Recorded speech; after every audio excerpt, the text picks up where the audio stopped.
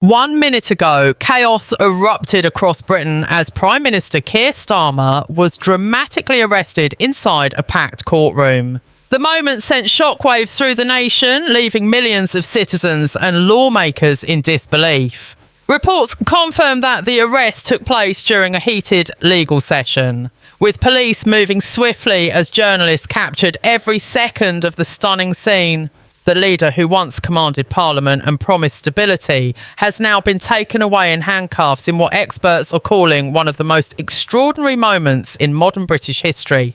As the news spreads, the entire country stands on edge, demanding answers. What happened inside that courtroom? And what does this mean for the future of the United Kingdom? The courtroom in central London had been filled with tension since early morning. Security was tighter than ever, with plainclothes officers positioned throughout the gallery and whispers circulating that something unusual was about to unfold. Keir Starmer, dressed sharply and carrying the calm demeanour he often displayed in Parliament, entered to a mix of murmurs and flashing cameras. But behind that calm exterior, those close to the case said, there was a sense of unease. The legal proceedings had already captured nationwide attention, but no one could have imagined the magnitude of what was about to take place. Minutes into the hearing, as Starmer addressed the court, the atmosphere shifted. Suddenly, an order was given, and uniformed officers moved in without hesitation. The courtroom, usually a space of calm authority, erupted into chaos. Gasps echoed as officers surrounded the Prime Minister. Observers described the scene as surreal. Starmer, the country's highest political leader, standing frozen as the police approached him. Within moments, the order was clear. He was under arrest. What had begun as a procedural hearing had turned into a spectacle that would dominate global headlines. Eyewitnesses described the sound of chairs scraping, journalists shouting questions, and the heavy silence that followed as Starmer was led toward the courtroom doors.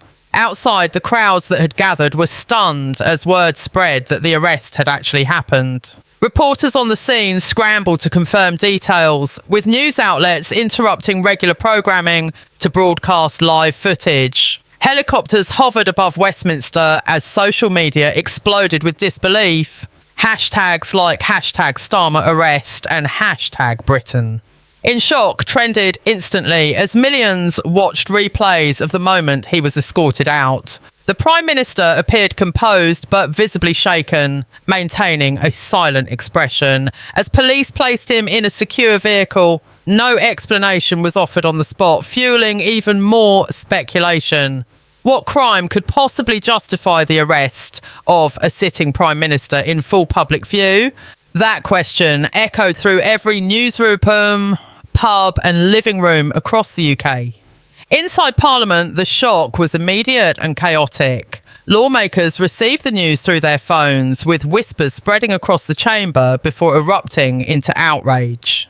Supporters of Starmer accused the authorities of orchestrating a political attack, while his critics claimed this was the ultimate reckoning for a man who had overstepped too many boundaries. The Speaker struggled to maintain order as members demanded answers from Downing Street. Statements from government officials were delayed and confusion only deepened.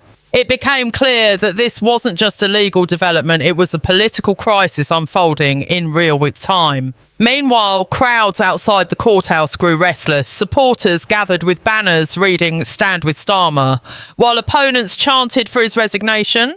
Police reinforcements arrived within minutes to prevent clashes as emotions flared. Many in the crowd could not comprehend what they had witnessed. Others described the moment as a turning point in British politics.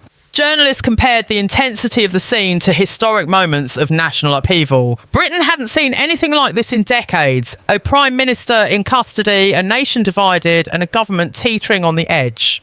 The arrest marked not only the collapse of Starmer's political image, but also a turning point for the country. For years, he had been portrayed as a symbol of law, justice and reform, a former prosecutor who promised to clean up politics. Yet now, irony hung in the air as the man who once enforced the law found himself judged by it. Political analysts called it the ultimate reversal of a scene so unprecedented that even seasoned journalists struggled to find words. International observers reacted with disbelief, describing the situation as a crisis of authority at the heart of British democracy. Within hours, Downing Street was surrounded by press vans, police barriers, and a sea of cameras. Rumours spread that emergency meetings were being held behind closed doors as senior officials debated the next steps. Could a Prime Minister under arrest still lead the government? Was resignation inevitable? The constitutional implications were staggering. Meanwhile, citizens across the country tuned into live coverage, watching as Britain's most powerful figure faced what might be the darkest day of his political life. The world watched too. Foreign governments issued cautious statements urging stability and respect for the rule of law. As night fell, the once bustling streets outside the courthouse remained filled with protesters, their chants echoing through the cold London air. Some demanded transparency, others shouted for justice. The arrest had become more than just a legal story. It was a reflection of Britain's deep divisions, its political exhaustion, and the crumbling trust between people and power. Every moment since the arrest had unfolded like a thriller, fast, unpredictable and historic, and yet this was only the beginning. What had started as a courtroom drama had spiralled into a national reckoning, and the full truth behind Starmer's arrest was still hidden in shadows, waiting to be revealed. As the night deepened, London became the epicentre of a political storm unlike any seen in decades. The arrest of Prime Minister Keir Starmer had set off an unrelenting wave of reaction, disbelief and outrage across Britain. Parliament, once the proud seat of stability and governance, was now in turmoil. Cabinet ministers were summoned to emergency meetings behind closed doors, while advisers rushed to contain the fallout. The Speaker called for calm as both government and opposition benches erupted in shouting matches. Some MPs demanded the Prime Minister's immediate release, while others called for his resignation, insisting the government could no longer function under such unprecedented circumstances.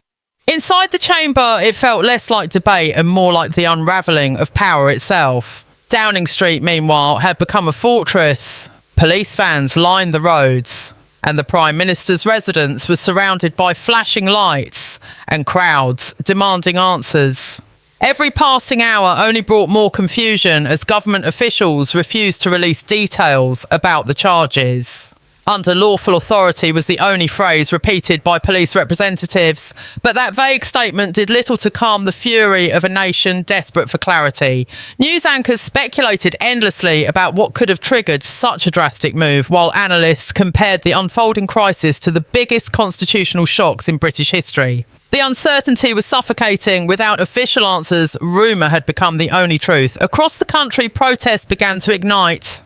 In Manchester, Birmingham, Glasgow and Cardiff, crowds spilled onto the streets, waving flags, chanting slogans and holding placards, either condemning or defending the Prime Minister.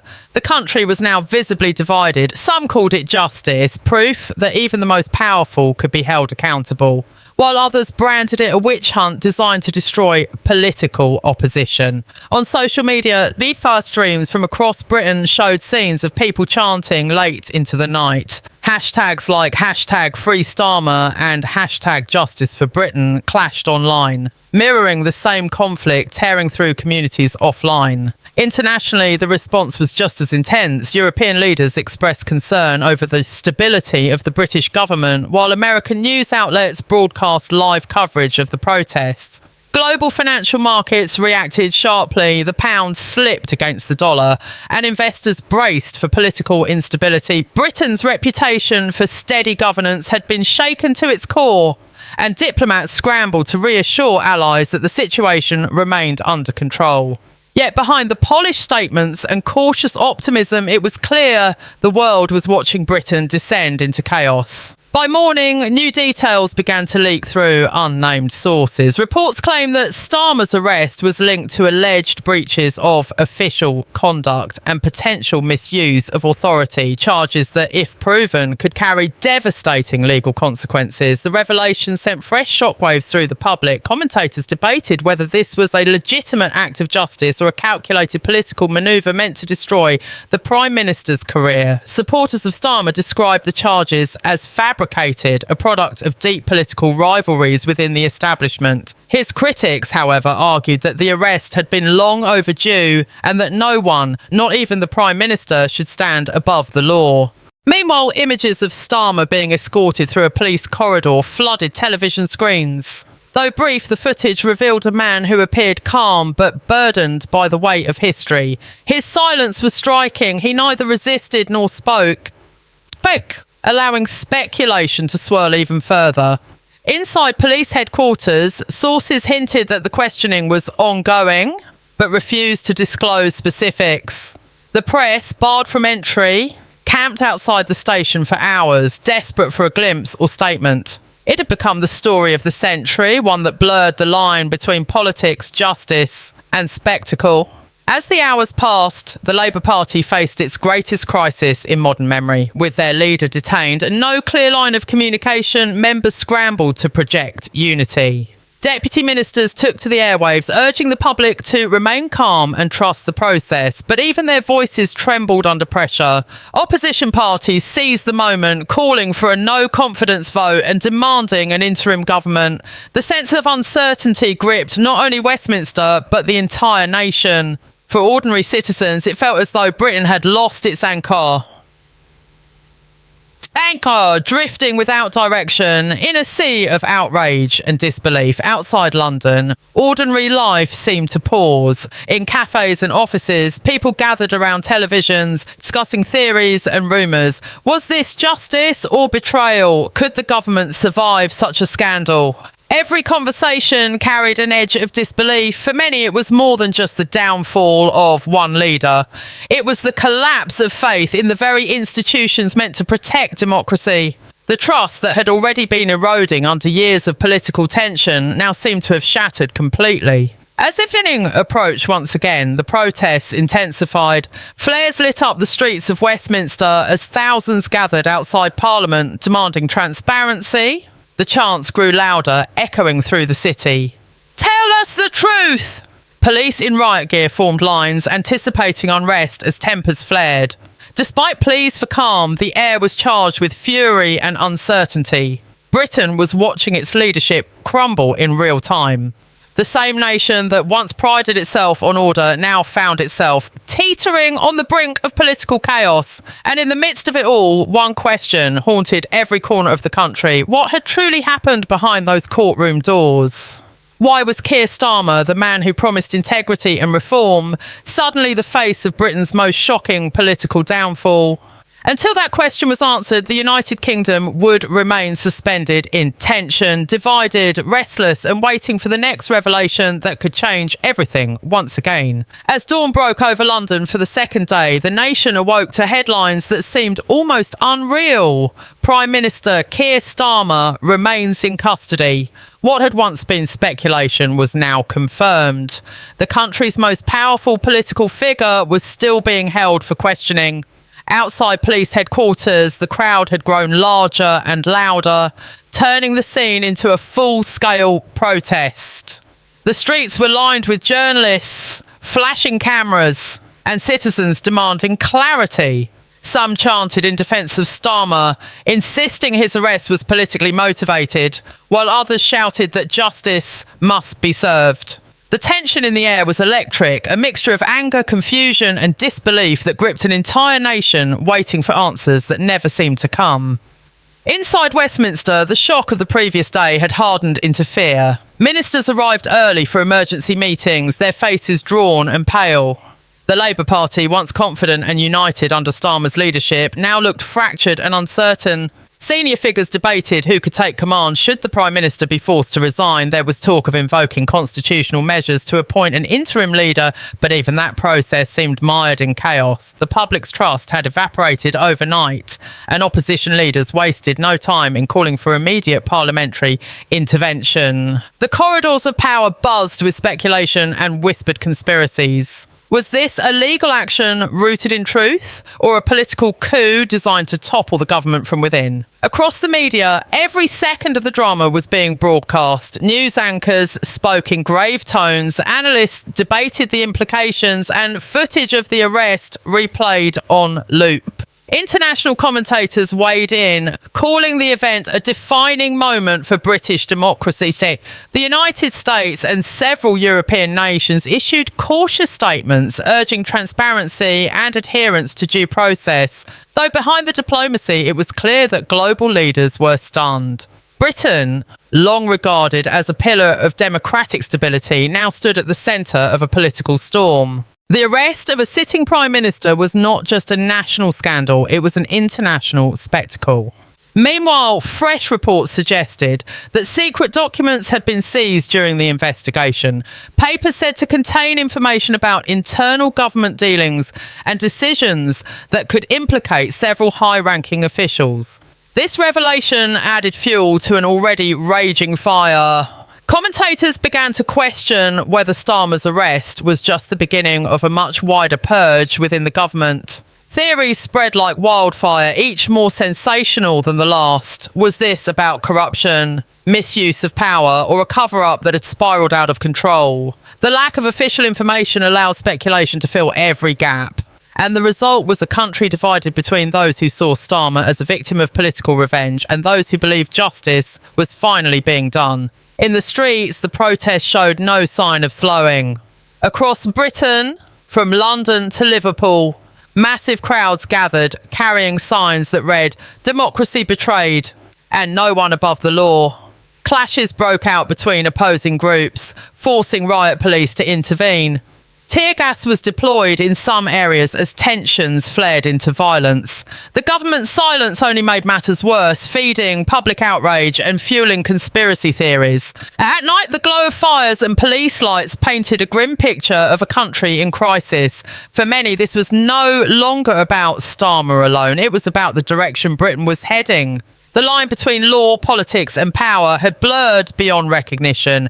Inside Downing Street, remaining officials struggled to maintain control. Advisors drafted emergency statements while cabinet members reportedly argued over how to handle the growing unrest. The pressure was unbearable. Some demanded Starmer's immediate release to restore calm, while others warned that interfering with the legal process would destroy the government's credibility. The king, though silent publicly, was said to be monitoring the situation closely, receiving hourly updates on the unrest spreading through the kingdom. The symbolism of a monarch watching a prime minister's downfall in real time only deepened the sense that Britain was witnessing a moment that would shape its history for generations. As journalists continued to dig deeper, revelations from Starmer's past resurfaced. Old controversies, forgotten decisions and whispers of backroom deals filled the front pages once again. Every past alliance and every rival suddenly seemed relevant. Political commentators described it as the reckoning of an era.